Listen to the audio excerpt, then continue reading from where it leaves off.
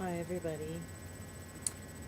I just decided to start a YouTube channel, so this is my first dry run and we'll see how it goes. But I sat down to meditate this evening before going to bed, and I got an insight that I wanted to share, and a message that I want to, not just a message I want to put out there, but a message I want to pull from you and through you. Because we're all one. There's only one person here. A little background on me, a brief background. I have been studying and following a lot of the spiritual updates. What's really going on with our planet, with the elections, with consciousness. What's going on with me, what's going on with 5 of my friends when we wake up one morning and we're like, holy crap, what just hit the planet last night? I couldn't sleep. So, as a lot of you who are going to be watching this probably know, this giant galactic wave hit the planet on the 19th, and yada yada. And so I'm just always addicted to the latest news and finding out what are they saying and what's going on, and the whole time I'm going outside myself to find the latest news. And guess what I do for a living? I'm a psychic. Do you get my point? And the intuitive work that I have learned to do, it's a very non-spectacular story. I began doing destiny card readings. Let me show you the book really quick.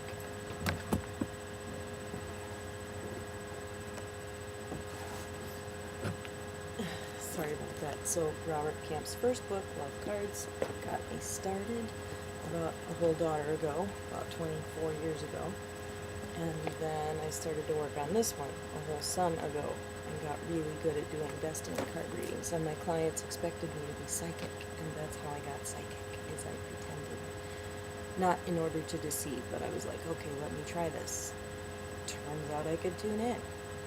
So my message to everybody is we're all psychic, and we all hate that term, don't we? But we're all intuitive. We all have a source of knowing that comes from within. We call it gnosis. We call it intuition. And that's why I want my site to be called, What is Your Illumination? I want to encourage you to go within to get what you get, because that's the latest information, and it's customized for you. And you will be communicating with your guides, and they really want to communicate with you. They do all the time. And they have no ego, so they don't care that you think it's just you having a good idea or having a guidance. You know what I'm talking about. So anyway, here's my illumination from this evening. So I picked this up. My guide said, pick this up and hold it and listen to it, and that's your reading. I didn't even have to pull a card, but I did anyway, just to make sure, which I'll share with you. But anyway, I picked this up, and I held it to my heart, and I just put my hand over it, and just intuitively. I'm not really into rocks and crystals and that kind of thing, but I was like, okay, this is the earth. This is a bit of earth, and it wants to talk to me. And as I held it to my heart and put my hand over it, I got this very clear, beautiful sense that the earth, in the form of these awakened rocks, whatever you want to call them, that it was saying, I love people, I love you on my surface, you are a part of me. And I've never really thought of us as a part of the earth. I've always thought of us as a cancer on the earth, and I've had a very negative idea of who people are in relation to this planet. And the planet very clearly said to me, you are part of me. We are all part of this story. You are here. You're composed of the same matter that the earth is composed of. We're made of dust, carbon.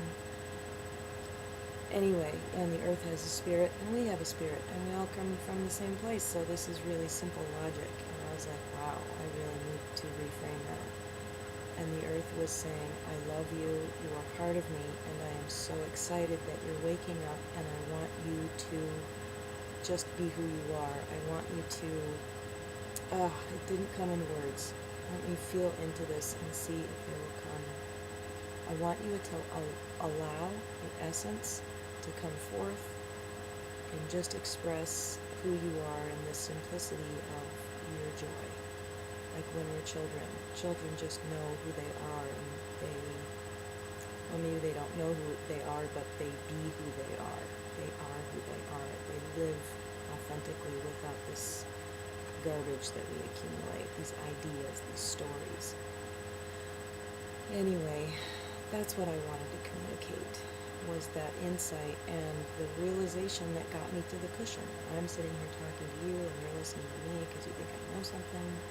And that's a little message I got, and I'm sharing it with you. But you know what? The messages can come through you, and they come to you just as easily as they come to me.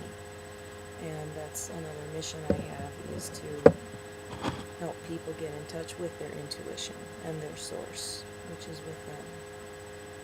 In fact, I started my first ebook last week, which is a companion guide to how to use this. But really, I want to teach you how to use this.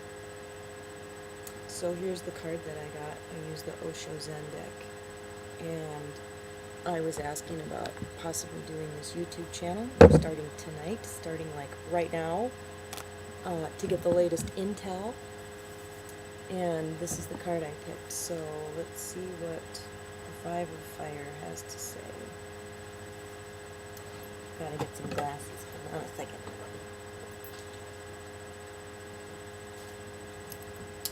Okay, so here's what it says. These three women are high in the air, playful and free, yet alert and interdependent. In a trapeze act, nobody can afford to be a little bit absent even for a split second. And it's this quality of total attentiveness to the moment at hand that is represented here. Okay, so my ears are crooked. It's my wabi-sabi. We may feel there are too many things to do at once, but get bogged down in trying to do a bit here, a bit there, instead of taking one task at a time and getting on with it. Or perhaps we think our task is boring because we've forgotten that it's not what you do, but how you do it. And that's another thing that I've been really trying to communicate through Facebook. I don't do it very well all the time, but the importance of how we communicate rather than what we communicate. We could be talking about a bat swing or fly poop, but what really matters is how we talk about it. Love. Develop the knack of being total and responding to whatever comes as it comes is one of the greatest gifts you can give yourself. Taking one step through life at a time, giving each step your complete attention and energy, can bring a wondrous new vitality and creativity to all you do. And I just want to read this phrase because this is what popped in my head the moment I saw this card. Every moment there is a possibility to be total. Whatsoever you are doing, be absorbed in it so utterly that the mind thinks nothing is just there, is just a presence. And another thing that came to me about this card is that it's lit up where there's this moment. It's kind of white, lit up with light, where there's this pivotal moment where they're about to connect. And I really think that that is so descriptive of this moment that we're in right now. Paying attention, being conscious.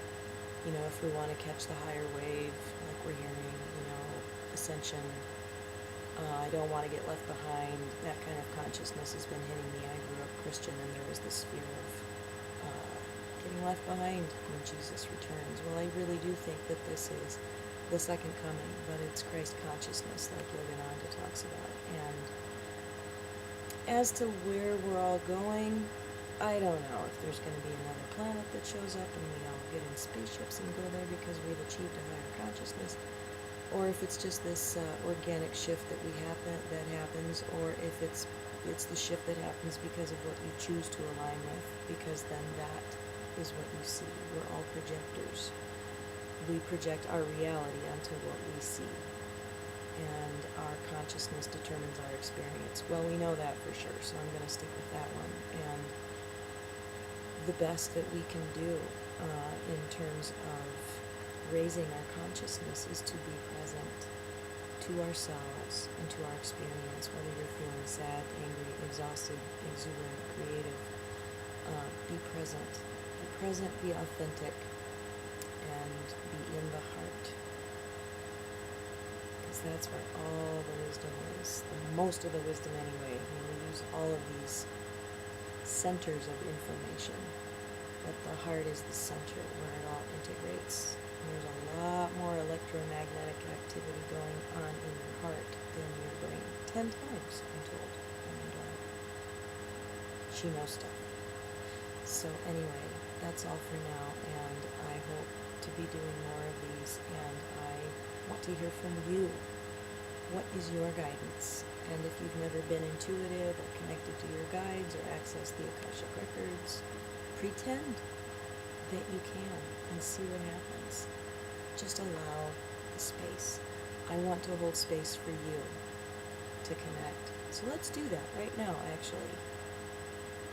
What is your higher guidance telling you? So everybody just take a breath. Settle into your heart and feel it. Close your eyes. Put your hand on your heart.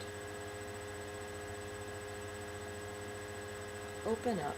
Imagine that there's something in your head that can open up. There's a place in your brain and in your mind, the physical and the spiritual component, that can open up and just listen and see what you get.